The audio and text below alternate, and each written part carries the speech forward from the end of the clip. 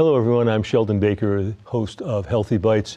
My guest today is Dr. David Perlmutter, who is a board-certified neurologist and 6-time New York Times best-selling author whose work focuses on neurology, nutrition, and brain health. A fellow of the American College of Nutrition, he serves on its board of directors and on the editorial board of the Journal of Alzheimer's Disease.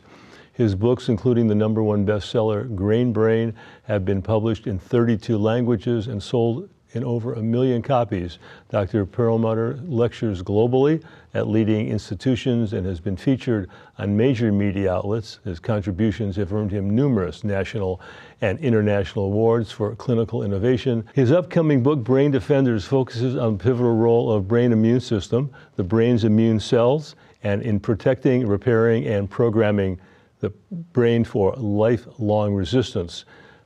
Your book, Dr. Brain Defenders, argues that we've been targeting the wrong thing in Alzheimer's disease.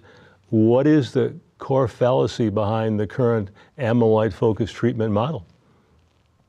Well, the whole amyloid hypothesis has really not held up over the past several decades in terms of clinical investigation. There's really no evidence that amyloid is the cause of Alzheimer's disease.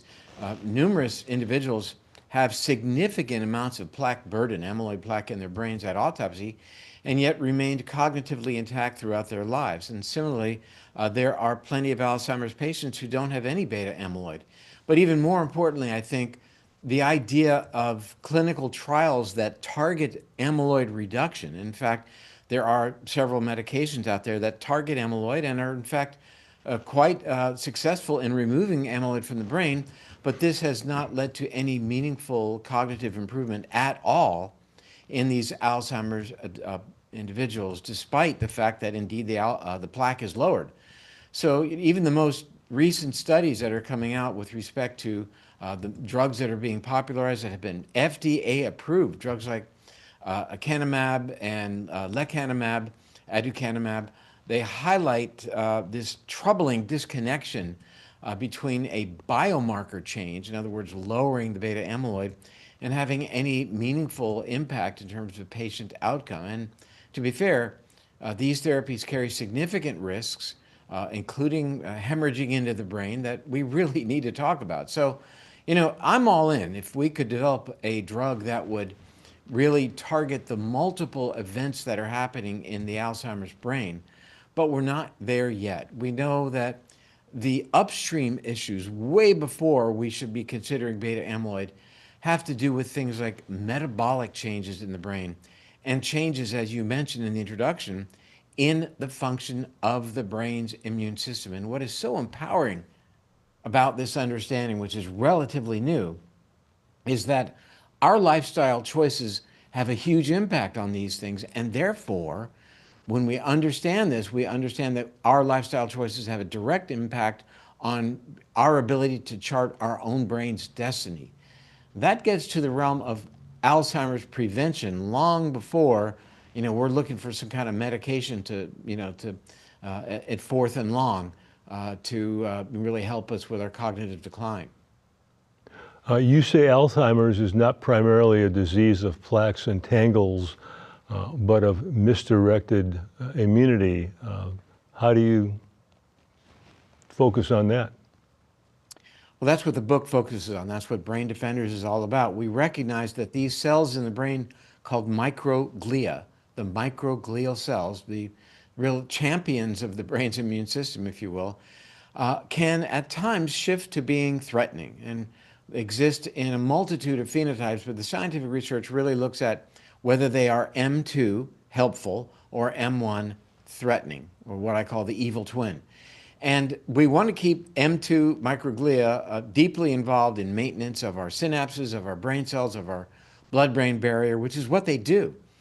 But when various things threaten them and threatens their metabolism, they shift to becoming the evil twin, and they digest away our synapses, they threaten our neurons, and they destabilize the very important blood-brain barrier. And what's really important is this shift from being friend to foe is characterized by a shift in the metabolism of these cells, how they make energy.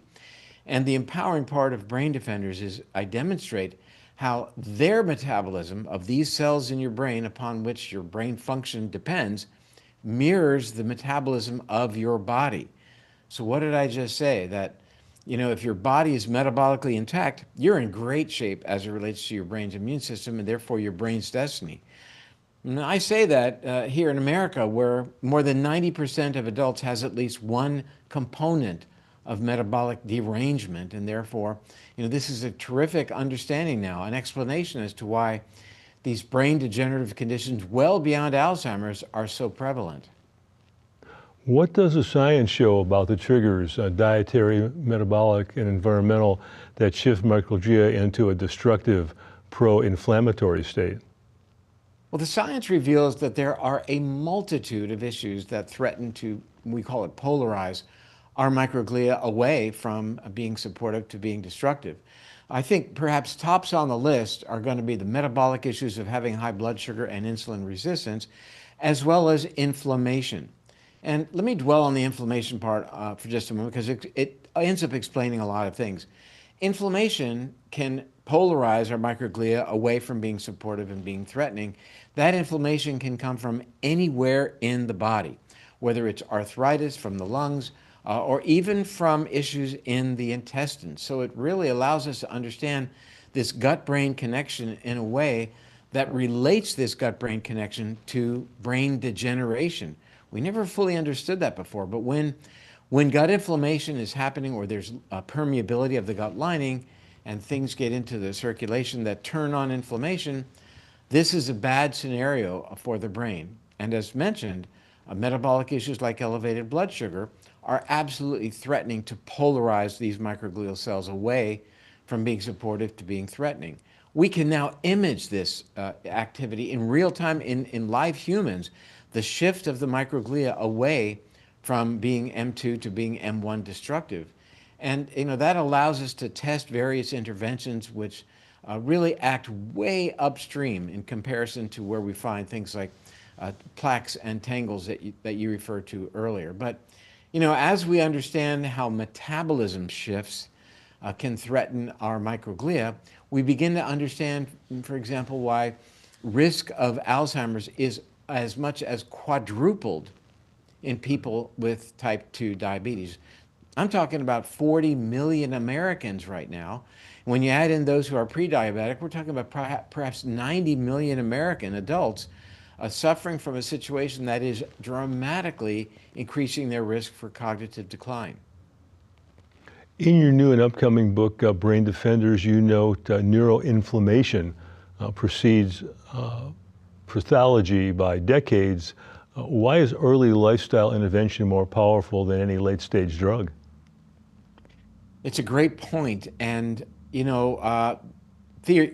general, what we see happening is people kind of buy into the idea that, you live your life however you choose. Then when things start to, become dysfunctional, you go to a doctor.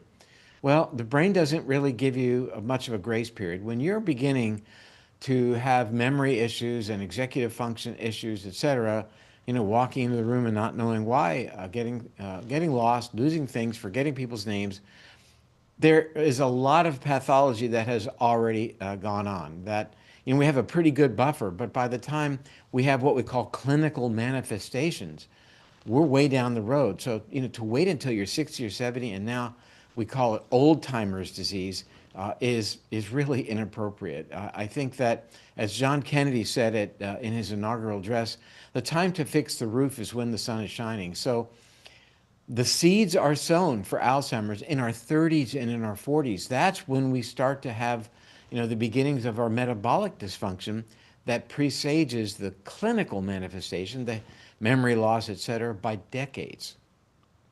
So what are the top levers people can pull today to shift from microglia from AM1 destructive to AM2 protective mode? I know your book argues that prevention is now positive and measurable, but what biomarkers should people be tracking?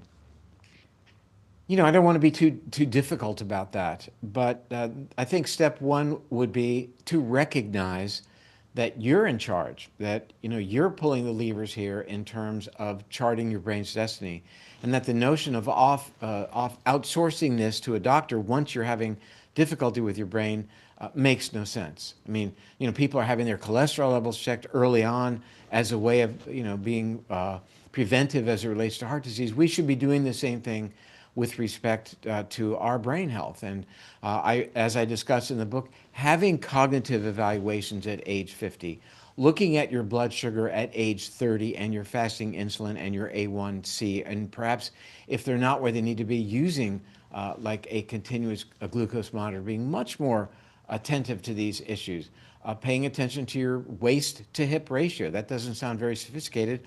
All that requires is that you buy a tape measure. And in terms of the biometrics, I think those are the key players. In terms of what you can be doing, again, the lifestyle issues, make sure that you're exercising on a daily basis, that exercise is a mixture day by day of resistance training to build muscle as well as endurance training to improve your aerobic capacity. Metricize your sleep. People say, well, I sleep 8 hours a night. Oh, do you really? Why don't you, go with your Apple Watch or Oura Ring and see if you are actually getting as much sleep as you think. And importantly, what is the quality of that sleep? So diet is important, exercise is important, sleep is important. Diet, keeping your blood sugar under control. I think that we're now seeing some powerful data that we've understood for a long time in terms of the play, and that is we know that social connectedness seems to be a powerful tool to help us reduce our risk for Alzheimer's. And again, we have not known why, but we now understand that when we are active in our communities and connecting with other people, we increase our oxytocin levels in the body. And what does oxytocin do? There are oxytocin receptors on the brain's immune cells, the microglia. When oxytocin stimulates those cells, what does it do? It shifts them back to being their M2 loving, nurturing configuration. So, a lot of the things that we've known about for years are now explained through the lens of the brain's immune system. And, after we go through that in the book, then we look at where we are technologically today in this understanding. What are some kind of very interesting and powerful tools that are being developed, some of which are actually even available today, and what the future holds now that we're moving away from this idea that beta amyloid holds all the cards. It does not. Dr. Perlmutter, thank you for joining me on Healthy Bytes. All fascinating information. Thank you, Sheldon. Great to see you again. And thanks to all of you for watching Healthy Bytes.